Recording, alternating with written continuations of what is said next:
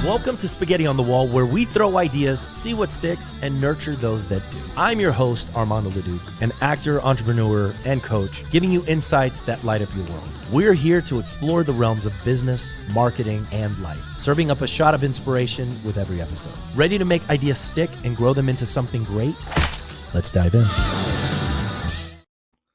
Welcome to Spaghetti on the Wall. Today, I am joined by Hanifa Nayo Washington, who is a healing justice practitioner, a cultural strategist, a musician, a psychedelic access advocate, a certified psychedelic facilitator, the co-director of the Psychedelic Mental Health Access Alliance, and the co-founding Team Emerita of Fireside Project.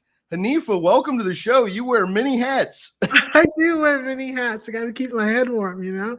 Thank you so much for having me. So stoked to be here. Can you tell us a little bit about yourself and a little bit about all of these many things you do? It's a lot of things, yes. So Hanifa Nayo, my name means the bringer of happiness with whom I go. So I have a lot to live up to.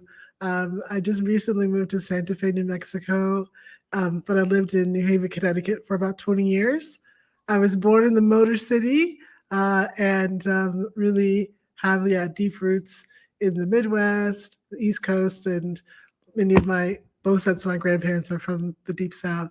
I grew up in community, right? I grew up in singing in the choirs in church. I grew up going to camp. I grew up spending a lot of time in community. So it's like baked into and stitched into the fabric of my essence and my being. And so to me, one of the biggest things we could be doing with our time here in this life that we've been gifted is to be of service. And so I've really dedicated my life to being of service, to bringing joy, bringing happiness, bringing healing, supporting people to listen, supporting people to understand and to remember that we are interconnected in our experience here. And so for me, everything that I do has that stitched into it.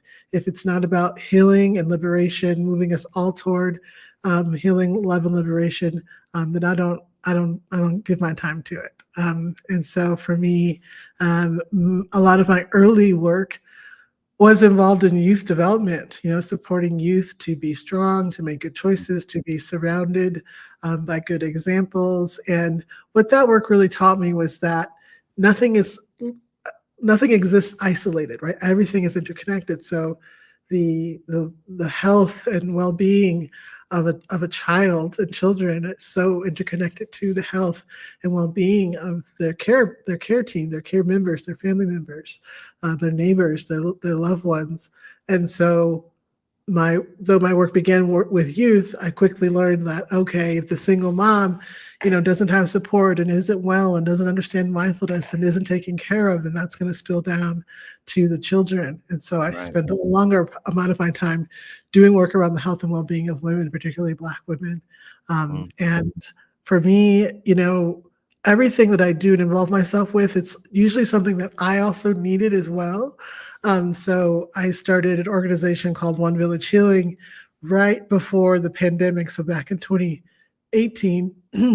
And it was about creating healing spaces, so mindfulness, yoga, breath work, things like this in a small setting and for people of color, because often when I went to those types of sessions, it was often, people who didn't look like me and practitioners who didn't look like me, who didn't understand my stress and the things that I carry. So created that space and then continued that space virtually when the pandemic came.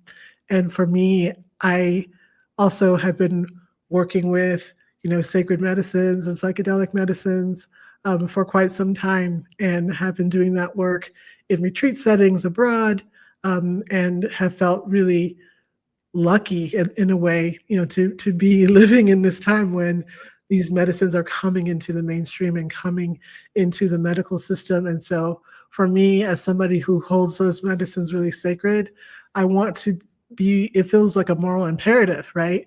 As they move into this regulated space, which Do I agree is the best way? Not necessarily, but it is a way, and it is a way that many people will access these medicines. So if I have knowledge to help make the systems equitable and fair and representative, then I'm going to show up and do that work. You know what I'm saying?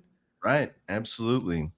And I'm curious. I was wondering if you could sort of define for our listeners some of these terms that I was using in my intro there. Yes. Cultural strategist. Can you kind of define for our listeners what that entails? Yes. So, with a lot of the work that I do, we talk about culture, right? We're talking about the way in which people communicate, the way in which people gather, the way in which people heal, the way in which people like to receive information. And so, understanding those things, right, comes from working in various settings, whether it's in a social setting, an entertainment setting, a healing setting, a policy setting. And so over time, I've been doing this type of work for, 20 years at this point. It's important to have someone who's thinking strategically about how a culture and a way of being and a preference and the sociology, right, of the times and of individuals is needed to that knowledge is needed to understand how to get messages through, Right. right? So, for example, it's a lot of bridge building work is what I find cultural strategists really do. So I can, like you said, I wear many hats, so I can like go into Right. a boardroom, right, and have a conversation and understand the language and the perspective and the storytelling that I need to bring into that type of space. And I Mm. can go into a neighborhood community clinic and literally bring the same information, but how I'm sharing it, the stories that I'm sharing are different, right? So cultural strategists do a lot of code switching, if you will, and they really are the bridgers of these different sectors moving toward a common goal, if that makes sense. Absolutely. And I'd love it if you could, expand upon, and I mean you dove into it some, but could you expand upon and define for our listeners the healing justice practitioner side?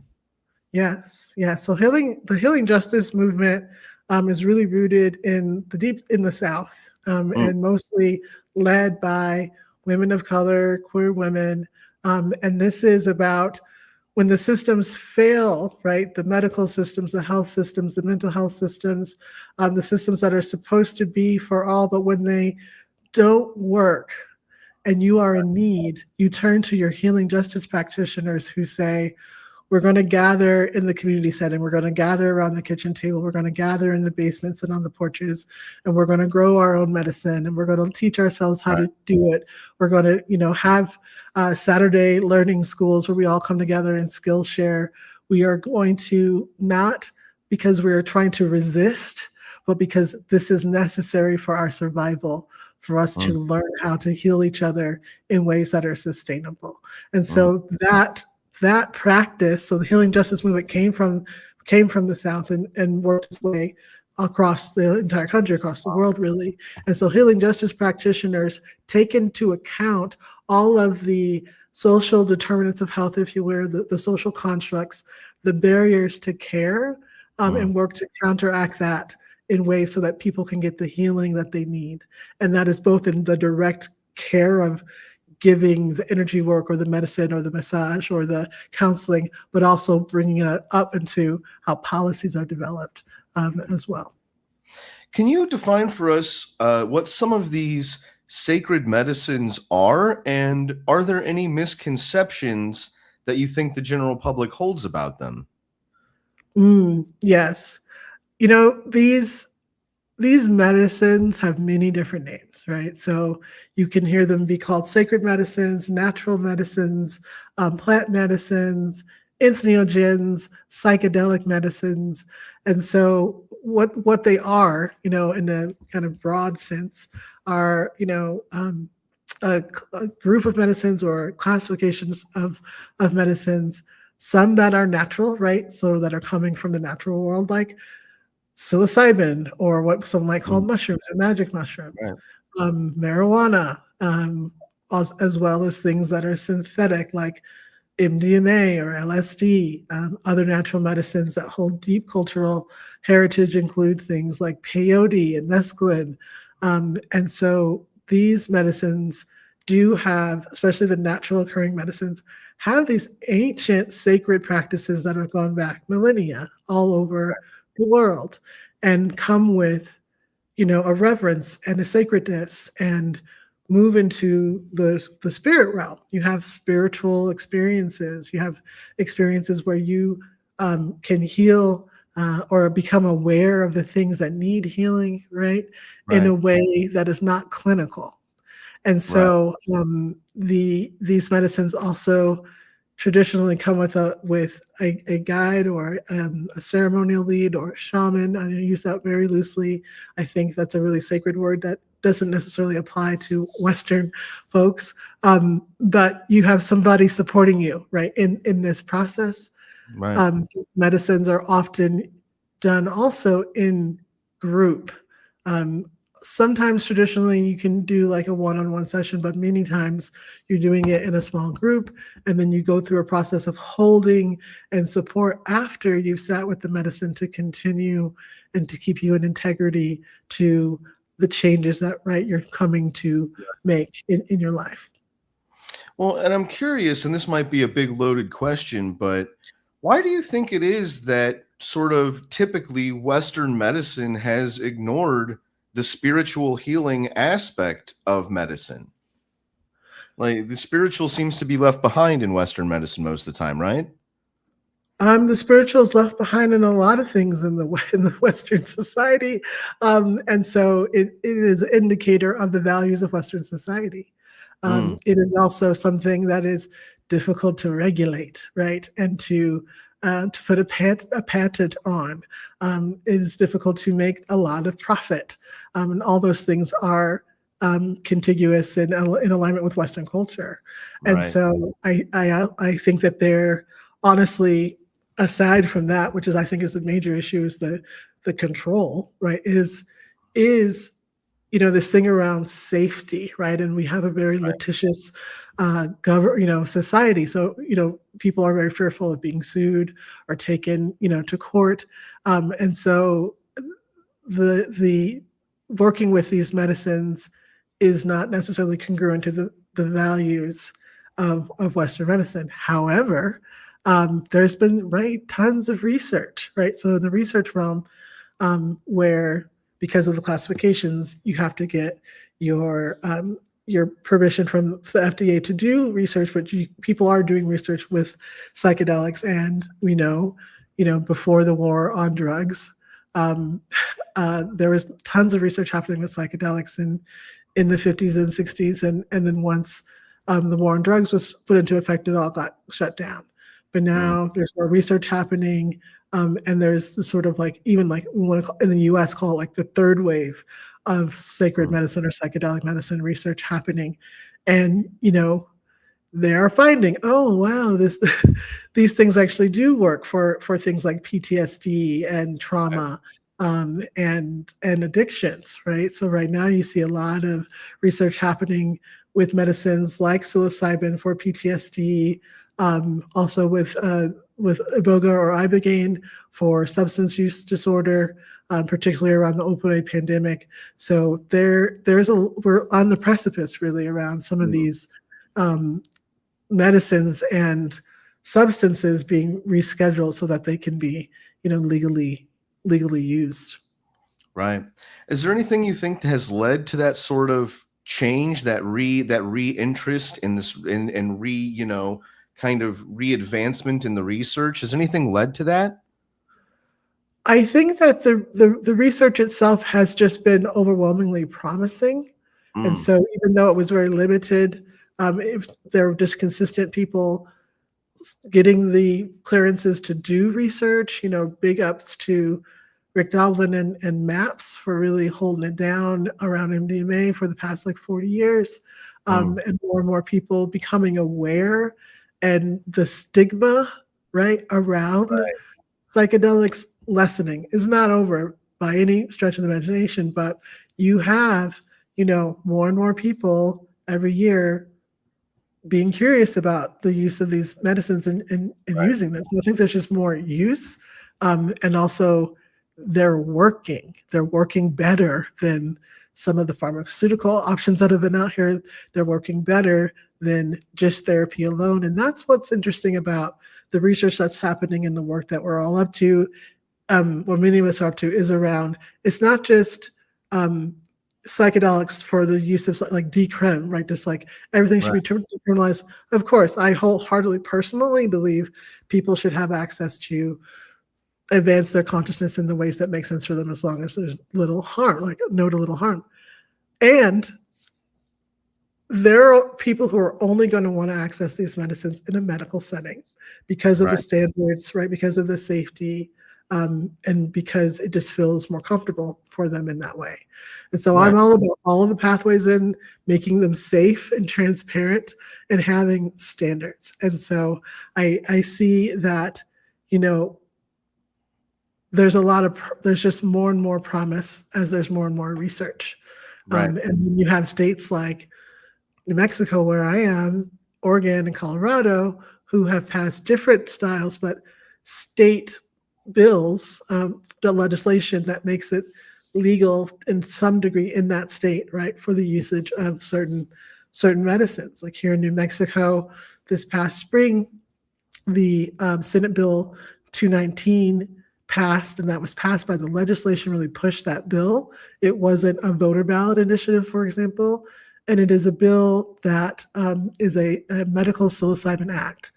And Mm. so it legalizes the use of psilocybin-assisted therapy for conditions like PTSD, substance use disorder, end of life, and treatment-resistant depression.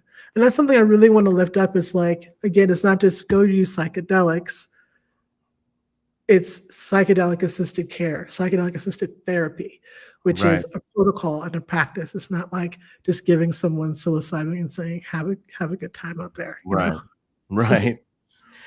Can you tell us a little bit about your role as the co-director of the Psychedelic Mental Health Access Alliance? Yeah, yes. So that is we launched in 2023, and I have the delight and joy of working alongside Dr. Dara Maneshi, who is PhD, wonderful, amazing spirit who has done a lot of work around. She did 20 years working in child welfare reform, really reclassifying how that's funded, and so she knows a lot about systems, right? And so Mm. working with across the different sectors, government, nonprofit, community-based, advocates, and so she and I have like almost like two different sets of skills, right? And so I'm all about very community forward, that sort of last mile of care. Like, what does it look like then when you create the care model and then you need to get it to people? What does the training look like? What does the community engagement look like? How are we tracking and telling the story of all of this? And so she brings a very heavy, like, systems frame, large scale systems frame and data. And I bring the practitioner side of things and the community based side of things. And we work really well together. We are supported by a wonderful advisory board of some pretty hardcore, like very dedicated philanthropic minds who have done a lot of work around global health and global health care, and really believe in the power of psychedelic assisted care and therapy. And so we really operate from a place of, our mission is to expand access to psychedelic assisted therapy. So as this is becoming legalized, right, as you have states like New Mexico coming on board, as the psychedelic medicines are becoming reclassified and they're being introduced into the medical field, how do we ensure that the treatment is affordable and accessible to the people who need it the most? How do we ensure that you have a workforce that is equipped and prepared to work with those communities? How do we ensure that we're integrating this into the systems that already exist and training those workers to be able to hold and do this work well? Right. And so to do that, we know We have to have a Medicaid strategy. We have to work with health equity organizations that already exist. And then we have to plug into the training ecosystem for therapists and facilitators as they exist now. So those are kind of our three pillars, and all of this is done in deep collaboration with many different organizations. And so we see ourselves as the weaver. We're weaving all these things together, and we would be nothing without our collaborative, like the alliance part, right, of the psychedelic, right? So the alliance is really the engine, and we kind of we're holding the frame up, if that makes sense. Absolutely. That's incredible. Can you tell me a little bit about the Fireside Project? Yes. So I was part of the co-founding team. So I have a co-founding team emerita is my current title there, but I no longer work day to day with the organization. Will always be an advocate for it, help to launch it. I met the other co-founder or founder, his name is Joshua White, and it was kind of a funny introduction story. We met at Burning Man in 2019, and and Fireside wasn't even a thought at that time. And Burning Man that was my first time going, and it was a wild experience. One of the best experiences of my life and one of the worst experiences of my life, kind of all wrapped up together. But in any case, definitely made an impression on each other. And about a year after that, we kind of played phone tag a few times, but he reached out with some seriousness and was like, I have an idea. I know that you have started all these organizations and do a lot of healing work, and I would love your input on this thing I'm trying to, get off the ground. And so we began meeting once a week. And then it was like, then we were meeting,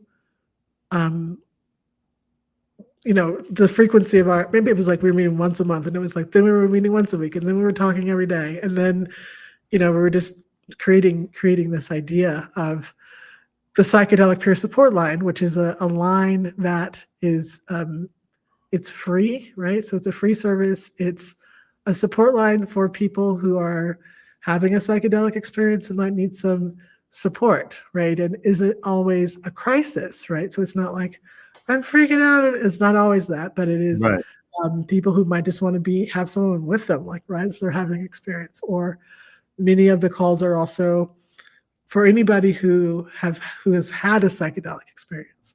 Right. So if you had an experience last night and you want to talk to somebody, or you had an experience 20 years ago and something just popped up and you need to process it, you can call the support line. Also, it's for people who, say you come home and your buddy is having a time and you don't know how to help them. You can call the line and get help from them, so you can help your friend. As well, for any kind of practitioner, so anybody who are working with these medicines and might need some help debriefing or have questions. So it's a really powerful service.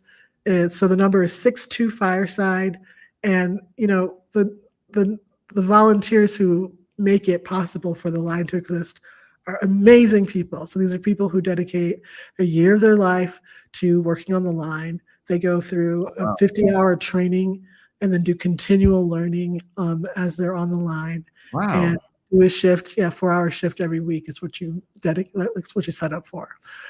Over 30,000 calls have come in through the line since it opened in 2021, April 2021. And it's really grown. So the support line now has a whole deep level of training and mentorship. They get clinical support and clinical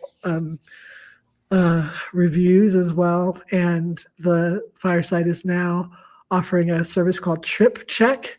So this is a service where you can call up and make an appointment and say, hey, I'm going to, I'm going to be sitting with whatever, or I might need some support, Tuesday at 6, can you check on me? And so it's a pretty wonderful service.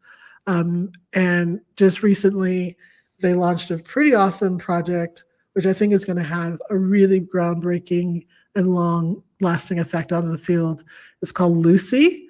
And it's an AI training tool that they're going to be using to supplement the training that they use for the support line volunteers, but also it will be used for, other training programs or other like training mental health professionals. And Lucy is trained on um, anonymized data that comes through the line. So it's based on like real situations, right? So this are things that are made up. This is like based on real time situations. So it's pretty powerful, and I've done a Wow. few videos with it, and it's like it sounds so realistic. It's just like wild, but I think it's going to be a pretty amazing tool for the field. Right. Um, yeah, I love Fireside Project. I mean, and everything, all these programs, everything is working towards sort of, negating and getting rid of that stigma surrounding these medicines, right? I mean, is that a huge part of it as well? Is just A trying to massive, a is that a massive part hurdle to overcome? just to normalize like this is people are using these medicines. Yeah. People are working with them, so we could, la la la la, pretend like it's not, but it's Right. happening. And so Right. why not create safety? Why not create education? Why not, create forum to talk about it and to normalize that this is a part of our society.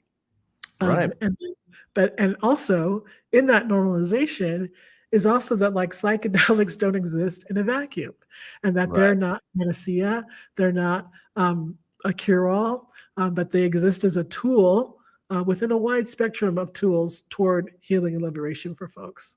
Right. And psychedelics aren't for everybody either, but I think the more you can have organizations like Fireside Project, um, organizations like Dance Safe, which is an amazing harm reduction organization, all of the work that's happening with vets, right, and psychedelic assisted therapy, Right.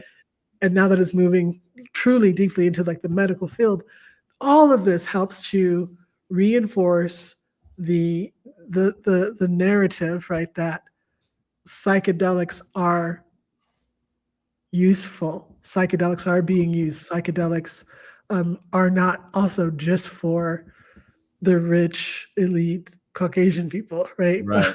Right. But also to help us remember many of the healing practices that surround psychedelics come from indigenous folks who've held these medicines for like thousands and thousands of Right. years. Absolutely. One of the things that I want to touch on a little bit before, we kind of wrap up, we've talked a Yeah, lot about, all these different roles that you have, all these different projects you're involved in and things you do, but we haven't touched on the fact that you're a musician as well, correct? that's correct. Yes. Yeah. And I was hoping you could tell me a little bit about your musicianship and your music. Yeah. Thank you so much for lifting that up. It's it's an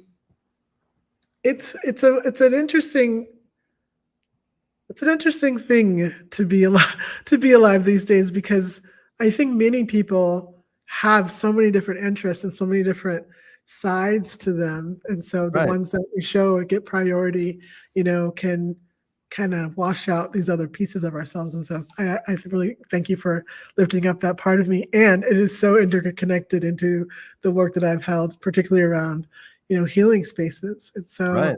I'm a musician. I play the guitar, and I'm a singer-songwriter. I write my own songs.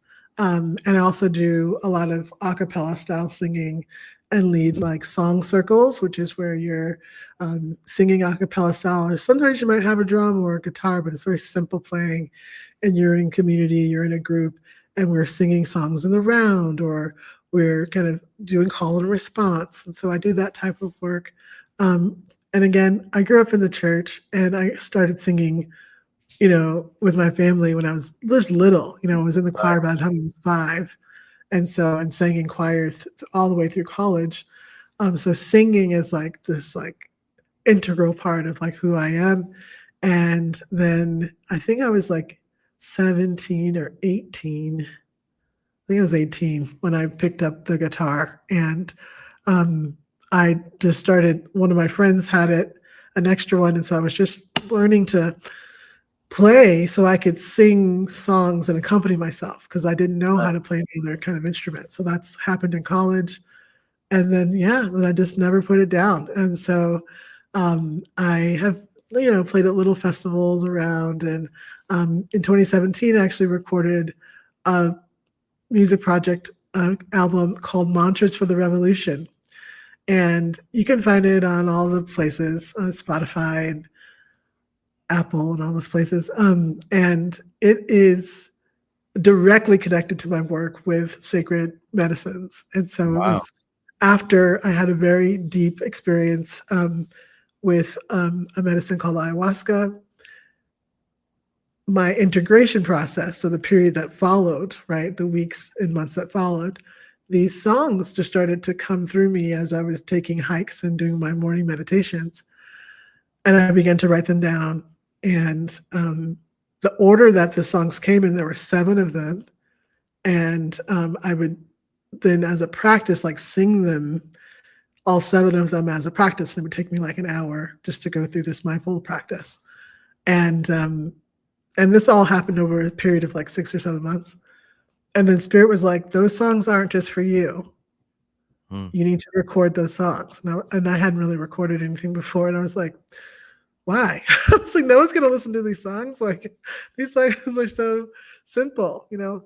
And Spirit was like, record the songs. And so it took me a little while, but I finally recorded the songs and maybe a year later, and put them out into the world, you know? And it's so powerful because, you know, you just create as an artist. You create for creation's sake. And if you don't create, I find that I get sick. I get stuffed up. Like if I'm not just create, but it's not for the gram, right? It's not to become anything. It's just to honor that creative aspect.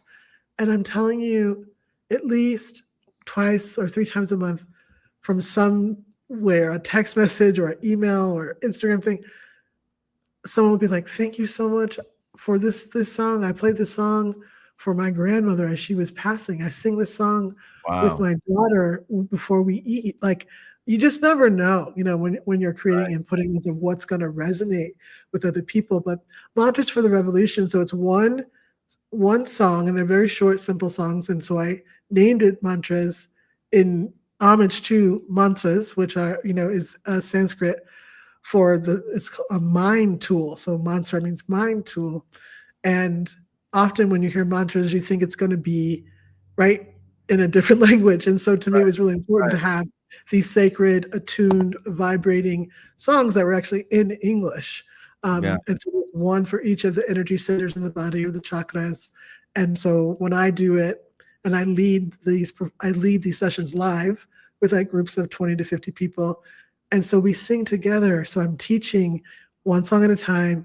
We sing the songs together, and then we go to the next. And so the energy moves up. It's a really, really beautiful and powerful experience. And again, doing it in community is what makes it so special. But obviously, you can listen to it on your own, you know, whenever you'd like. So yeah, please check it out. And I'm in the midst now of working on another project that's both it's a storytelling project that also weaves in music, and it's called Growing Wilder, and it's an arc of 12 stories that arc my first 50 years of life. And they're music, it's songs, dream stories, medicine stories, so stories about experiences that I've had with medicine, on the medicine, leading medicine, and then also travel stories. So that should be coming out pretty soon. So yeah, thank you so much. Amazing. Hanifa, this has been a super interesting, really sort of enlightening conversation. And thank you so much for coming on the show. If anybody out there listening wants to look more into your music, wants to find you, could use your help and guidance spiritually, healing, community-wise, where can people find you? You can find me at handsofhanifa.com. So HANIFA is my name. So handsofhanifa.com. You can also find me on Instagram at the same handle, Hands of Hanifa, and would be happy to hear from you. Well, Hanifa, thank you for coming on the show. This has been amazing. This has been awesome. Thank you so much for having me. And thank you, everyone, for listening. This has been Spaghetti on the Wall, presented by LeDuc Entertainment. Hanifa, thank you so much again. Yes, peace out.